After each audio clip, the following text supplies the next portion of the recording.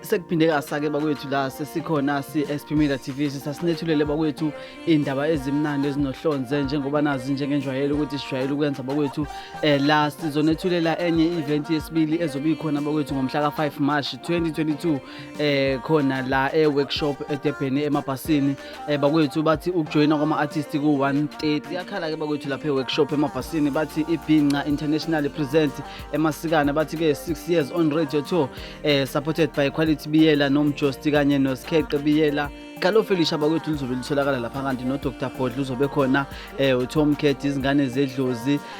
igezelisha uPastor Big M kanti noSiya Mungwe amadela kufa KFG azobe khona uSingela uSimanga samagcokama uzobe tholakala bafowethu uMatshwele uChallenge inunu engafi umfana weforce igezelihle udlula bememeze siphinde sithole bakwethu ukuthi nomshikashika wezintombi uzobe khona kanti nomjikelo uzobe khona bakwethu ibhunule plaza uzobe liphakathi kwabo traditional healer uzobe likhona uMakhwantamu udubula Stimela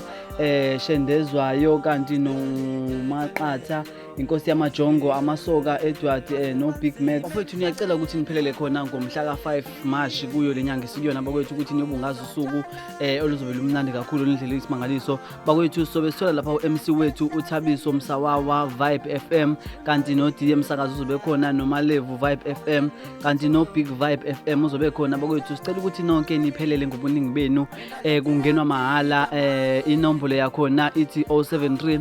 926 9164 ukuba khona kwenu kuyobe kubaluleke kakhulu bakwethu mabhenqa sicela niphume ngobuningi benu nize njalo ningadikibali sithi ziyakhala bakwethu.